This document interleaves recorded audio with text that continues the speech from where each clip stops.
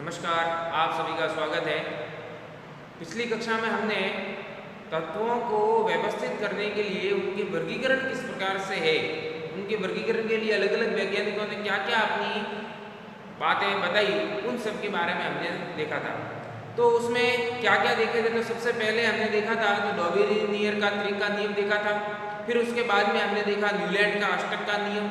त्रिक के नियम में हमने तीन तीन के जोड़े, जो तीन इन्होंने जोड़े बनाए थे वो देखे थे। उसके बाद में न्यूलैंड का अष्टक का नियम था, जिनमें कुछ तत्वों को लेकर उन्होंने एक छोटी सी सारणी प्रस्तुत की। और उसके बाद में जो आए थे कौन थे, मेंडलीव ने अपनी एक आवर्त सारणी प्रस्तुत की थी, जिसमें ज़्यादातर तत्वों को उन्होंने सम्मिलित किया था। तो उस आवर्त सारणी का जो आधार था, मेंडलीव की आवर्त सारणी का जो आधार था, वो आधार क्या था, आधार था परमाणु भार। तो उन्होंने एक आवर्त नियम दिया था, मेंडलीव ने क्या नियम दिया था कि तत्वों के भौतिक तथा रासायनिक गुण उनके परमाणु भारों के आवर्ती फलन होते हैं। यानी एक निश्चित समय अंतराल बाद समान गुणों वाले तत्वों की क्या होती है, पुनरावृत्ति होती है। लेकिन उन पुनरावृत्ति का जो आधार है, वह आधार क्या था, परमाणु भार। तो यह जो परमाणु भार आधार था, वो किसने दिया था, किसके आधार पर किसने दिया था, मेंडलीव की आवर्त सारणी में। समझ में आ रही है बात ये। अब उसके बाद में हमने देखा था कि इसके अंदर भी बहुत सारी कमियां थी, जिसमें हाइड्रोजन को स्थान नहीं देना, समस्थानिकों को स्थान नहीं देना, है ना। तो इन सभी कमियों को देखते हुए एक नए वैज्ञानिक आए, हेनरी मोजले। कौन था, क्या था, हेनरी मोजले। उन्होंने अपनी एक विस्तृत या जो आवर्त सारणी है वह अपने सामने प्रस्तुत की। ठीक है। अब उस मोजले की जो आवर्त सारणी है, वह मोजले ने 1913 के लगभग दी थी। कब दी थी, 1913 ईस्वी के आसपास में। ठीक है। इस आवर्त सारणी को आधुनिक आवर्त सारणी भी कहा जाता है। क्या कहा जाता है, आधुनिक आवर्त सारणी। तो जो मेंडलीव की जो कमियां थी, उन कमियों को पूरा करने के लिए मोजले ने क्या दी, अपनी एक आवर्त सारणी दी, जिसे आधुनिक आवर्त सारणी कहा जाता है। इसे आधुनिक आवर्त सारणी।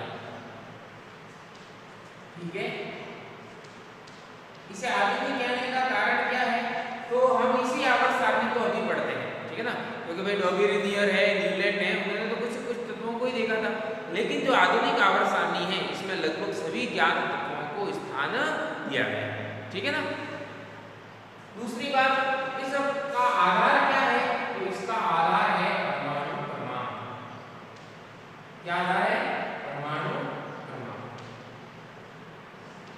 अब देखो इधर, जब मेंडलीव ने अपनी आवर्त सारणी दी थी, तो उस समय जो परमाणु के अवयवी कण हैं, इलेक्ट्रॉन, प्रोटॉन, न्यूट्रॉन, उनकी विस्तृत स्थान के बारे में कोई जानकारी नहीं थी कि वो परमाणु में कहाँ पर उपस्थित है, किस प्रकार से उपस्थित है, उनका अपना स्थान क्या है, इसके बारे में कोई विस्तृत जानकारी नहीं थी।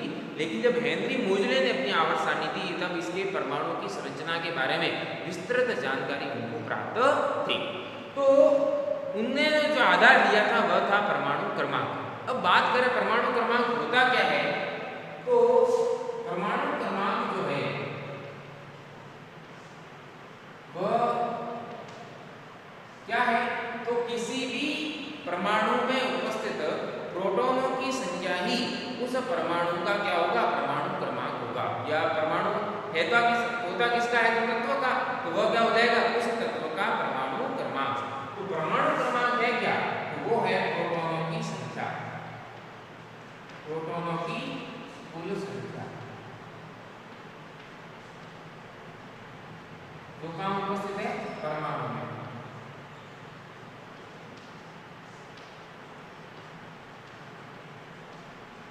ठीक है ना। अब यहाँ पर परमाणु होता किसका है, तो तत्व का। तो कोई भी तत्व है, उस तत्व के परमाणु में उपस्थित प्रोटॉनों की जो कुल संख्या होगी, किसकी संख्या, प्रोटॉनों की जो कुल संख्या होगी, वही उसका क्या होगा, परमाणु क्रमांक होगा। समझ में आ रही बात ये। इसके अलावा क्या हो सकता है, तो उदासीन परमाणु में उपस्थित, उदासीन परमाणु में उपस्थित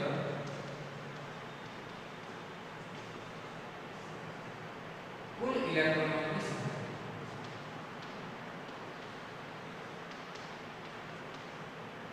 कुल इलेक्ट्रॉनों की संख्या। समझ में आ रही बात ये? तो परमाणु क्रमांक है क्या? परमाणु क्रमांक को Z से निरूपित करते हैं। तो है क्या? तो प्रोटॉनों की कुल संख्या जो कहाँ उपस्थित है? परमाणु में उपस्थित है। और परमाणु होता किसका है? तत्व का। अपन आवर्त सारणी में क्या पढ़ते हैं? तत्वों की उपस्थिति तो पढ़ रहे हैं। भाई तत्व कहाँ कहाँ पर उपस्थित है, उनका आवर्त सारणी में क्या स्थान है। तो तत्व है क्या? तो तत्व का उसका परमाणु। तो तत्व का परमाणु क्रमांक है क्या? तो क्या होगा? प्रोटॉनों की कुल संख्या।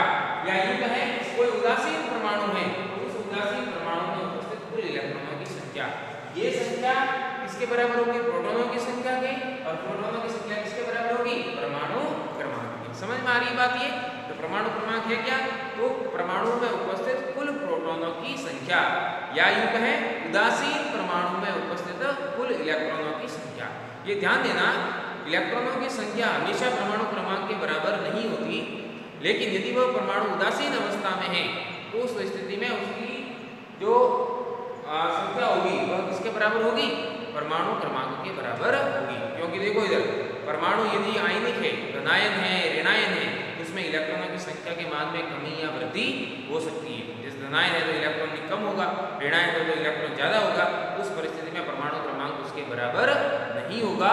केवल कब होगा? तो परमाणु कैसा हो? उदासीन अवस्था में। तो जो मोजले थे उन मोजले ने अपनी आवर्त सारणी का आधार क्या रखा? परमाणु क्रमांक। समझ में आ रही बात है? अब देखो इधर इस आवर्त सारणी का जो आवर्त नियम है,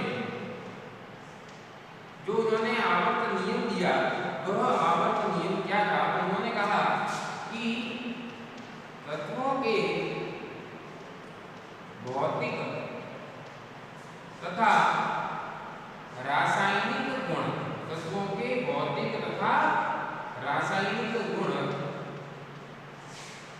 उनके परमाणु क्रमांकों के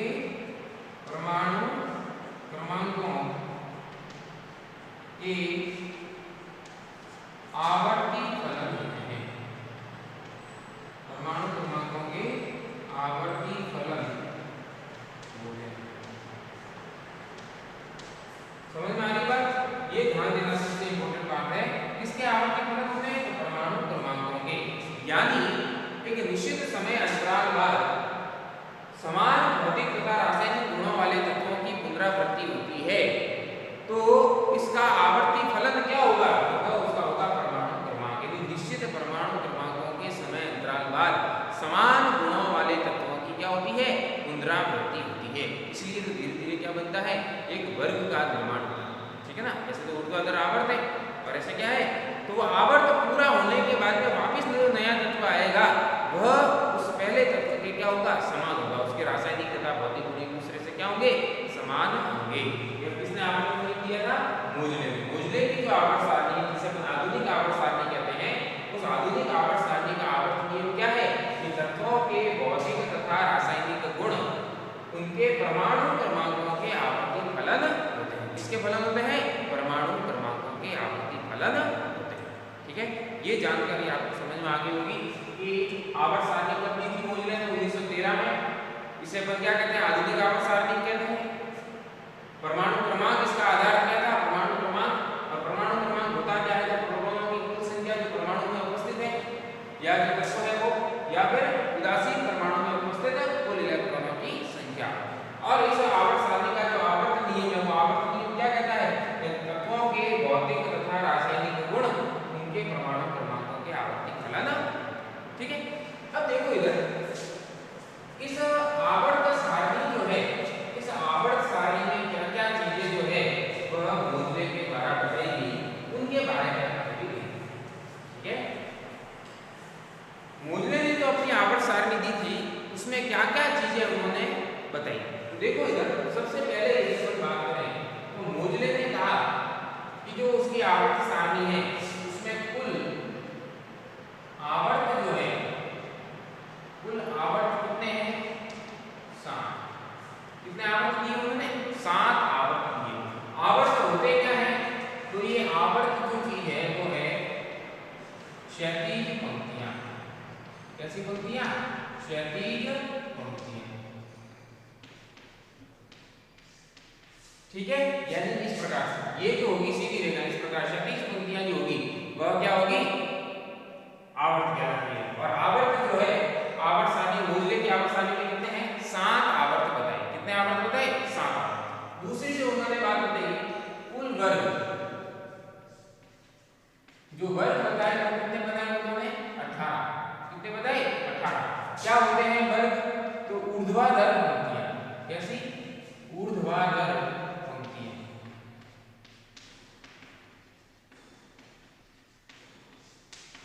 ठीक है, इस प्रकार से ऊपर से नीचे की ओर जो है पंक्तियां वो क्या होगी, वर्ग कहलाती है।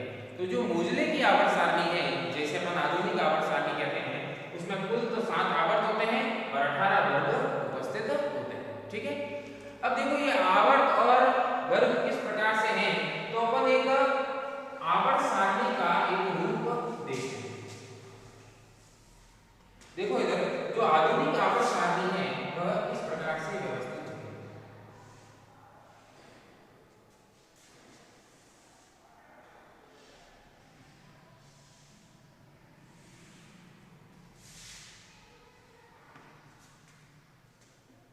ये है आपकी जो मोजले के द्वारा दी गई आधुनिक आवर्त सारणी, इसका एक रूप। ठीक है, देखो इधर उन्होंने बताया कि जो आवर्त की जो संख्या होती है वह आवर्त संख्या कितनी होती है, 7 आवर्त होते हैं। इस प्रकार की जो पंक्तियां हैं तो अपन इनको देख लेते हैं एक बार। जैसे पहली पंक्ति, फिर ये दूसरी पंक्ति, फिर ये तीसरी पंक्ति। तो ये 3 पंक्तियां होंगी, 1 2 और 3। फिर उसके बाद में ये चौथी पंक्ति, ये 5वीं पंक्ति, ये 6ठी पंक्ति और ये आपके लास्ट में हो जाएगी आपके 7वीं। तो ये 7 पंक्तियां जो है वो सातों के साथ क्या कहलाती है, आवर्त कहलाती है। क्या कहलाते हैं, आवर्त कहलाते हैं। ये पहला आवर्त है, ठीक है ना, ये दूसरा, ये तीसरा, चौथा, 5वां, 6ठा और 7वां आवर्त। तो देखो इधर मैं इसको क्रमांक लगा देता हूं। ये आपके आवर्त कौन कौन से हैं, ये पहला है, ये दूसरा, ये तीसरा आवर्त, ये चौथा आवर्त, ये 5वां आवर्त, ये 6ठा और ये आपके 7वां। अब इसी प्रकार से जो है वे 18 वर्ग, 18 वर्ग कहां पर है, तो देखो इधर वर्ग संख्या 1 2 3 4 5 6 7 8 9 10 11 और ये 12। 1 2 3 4 5 6 7 8 9 10 11 और 12 ये हो गई।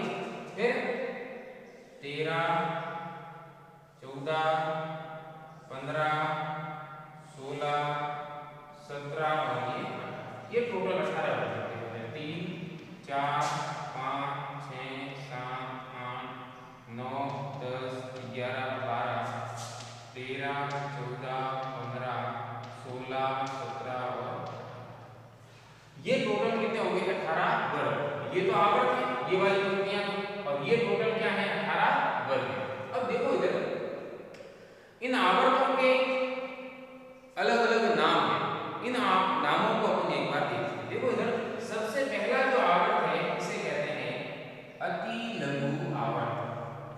क्या कहा जाता है, अति लघु आवर्त। अब इसे अति लघु क्यों कहते हैं, क्योंकि इस आवर्त में केवल 2 तत्व ही उपस्थित होते हैं। एक तो उपस्थित होता है हाइड्रोजन और दूसरा उपस्थित होता है हीलियम।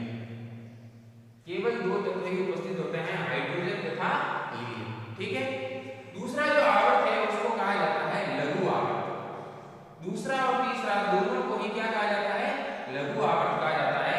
क्योंकि देखो अति लघु में केवल 2 तत्व उपस्थित होते हैं, इन दोनों में 8 तत्व उपस्थित होते हैं। कितने उपस्थित होते हैं, 8। यहां से देखो हीलियम के बाद में अपने आता है लिथियम, बेरिलियम, ये फिर boron, carbon, nitrogen, oxygen, chlorine और ये आपके नियॉन। तो ये हो गए आपके 8 तत्व। ठीक है, फिर उसके बाद में इसमें भी 8 तत्व होते हैं, सोडियम, मैग्नीशियम,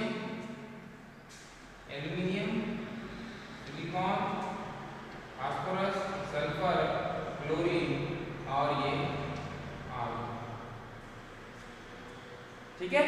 तो ये कितना आ गया इसमें 8 8 तत्व आ गए लघु आवर्त में, दूसरा और तीसरा। उसके बाद में चौथा और जो पांचवा आवर्त है उसे दीर्घ आवर्त कहा जाता है। क्या कहा जाता है? दीर्घ आवर्त। दोनों ही दीर्घ आवर्त कहलाते हैं और इन दोनों में 18 18 तत्व मौजूद होते हैं। देखो इधर इसमें क्या होता है कि यहाँ तो 2 और यहाँ 6, ये हो गए 8। इसमें क्या होता है कि इसमें ये वाले डी ब्लॉक के तत्व भी शामिल हो जाते हैं। अब यहाँ पर एक छोटी सी अपन एक और बात कर लेते हैं। देखो इधर ये जो दो कॉलम है उनको कहा जाता है एस ब्लॉक। क्या कहा जाता है? S block. ये जो 6 वर्ग हैं उनको कहा जाता है पी ब्लॉक। क्या कहा जाता है? P block. और ये जो बीच में है इसको कहा जाता है डी ब्लॉक। क्या कहा जाता है? D block. और इसके नीचे जो और पंक्तियां हैं उनको पढ़ेंगे अभी, इनको एफ ब्लॉक के नाम से जाना जाता है। तो देखो इधर ये ब्लॉक क्या है, तो परमाणु जो है उस परमाणु का अंतिम इलेक्ट्रॉन किस उपकोष में भरा गया है वही उसका क्या कहलाता है, वही उस तत्व का क्या होगा, आपके ब्लॉक में गिना जाएगा। अंतिम इलेक्ट्रॉन कहाँ पर उपस्थित है, तो यदि एस उपकोष में तो एस ब्लॉक का तत्व होगा, पी उपकोष में है तो पी ब्लॉक का, और डी उपकोष में है तो डी ब्लॉक का, और यदि एफ उपकोष में है तो वो एफ ब्लॉक का तत्व कहलाता है। ठीक है। अब देखो इधर दीर्घ आवर्त की अपन यदि बात करें तो यहाँ पर कितने तत्व हो जाएंगे? 18 और 18, तो 2 और 6 हो गए 8, और ये बीच वाले टोटल कितने हो जाएंगे? 18। ऐसा का ऐसा इसमें भी होगा। और उसके बाद में छठे और सातवें आवर्त को कहा जाता है अति दीर्घ आवर्त। क्या कहा जाता है? अति दीर्घ।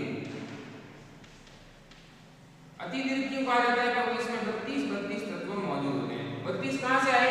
तो देखो इधर 18 तो ये और 14 तत्व होते हैं एफ ब्लॉक में। किसके होते हैं? एफ ब्लॉक के। तो ये हो जाएंगे 18 और 14 यानी 32 तत्व। ठीक है। एक बार अपन सभी एक बार देख लेते हैं।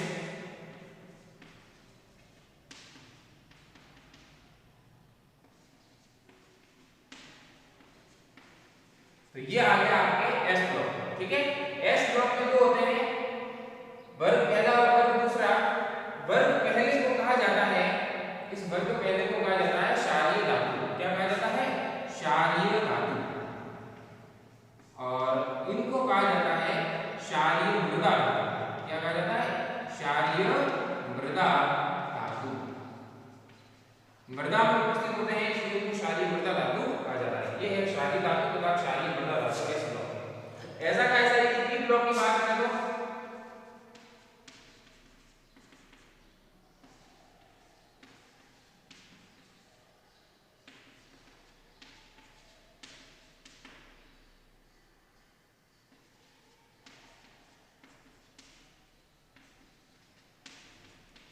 ये आपके पी ब्लॉक है। ठीक है ना,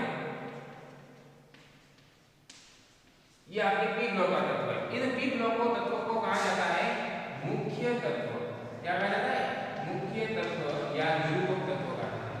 क्या कहा जाता है? मुख्य तत्व या निरूपक तत्व। मेन एलिमेंट कहलाते हैं ये, मुख्य तत्व या निरूपक तत्व कहलाता है। अंतिम इलेक्ट्रॉन जो है इनके पी उपकोष में भरा जाता है। उसके बाद में है डी ब्लॉक। ठीक है ना, ये इसके डी से शुरू होते हैं।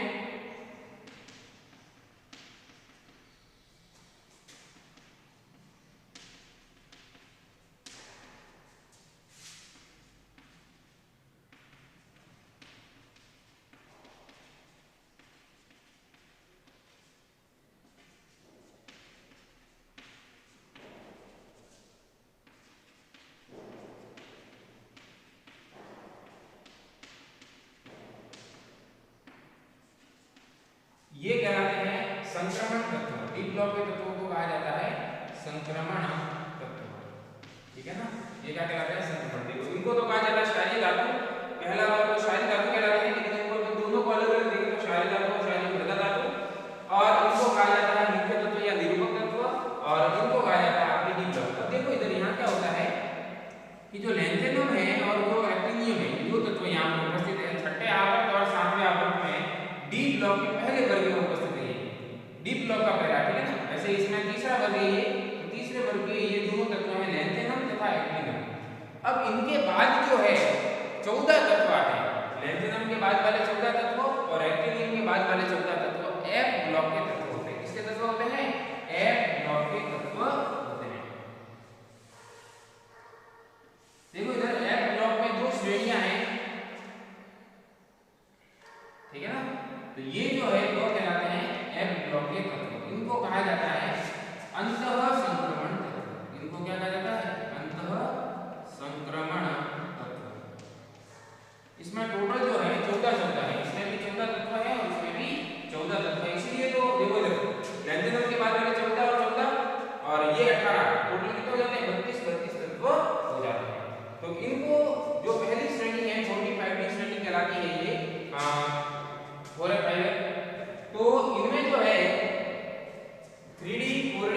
5D और ये 6D, तो ये 5F और 6F के अंदर कुछ तत्व आते हैं, इनको देखो इधर। एक तो कहलाती है लैंथेनाइड श्रेणी, क्या कहलाती है? लैंथेनाइड श्रेणी, और दूसरी कहलाती है एक्टिनाइड श्रेणी। ये एक्टिनाइड तत्व और लैंथेनाइड तत्व कहलाते हैं।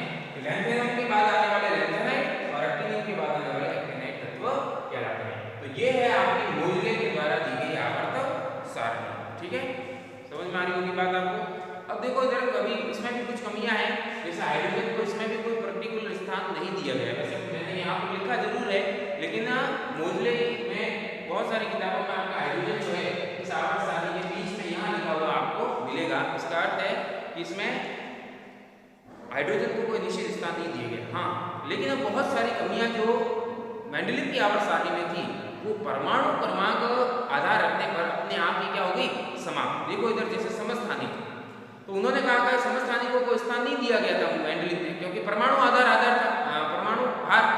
तो समस्थानिकों का तो क्या होता है? परमाणु भार अलग अलग होता है, लेकिन उनका परमाणु क्रमांक जो है वो क्या होता है? समान। तो इसलिए हाइड्रोजन को केवल एक ही स्थान दिया गया। तो परमाणु क्रमांक आधार रखने पर समस्थानिकों की जो समस्या थी वो अपने आप ही क्या हो गई?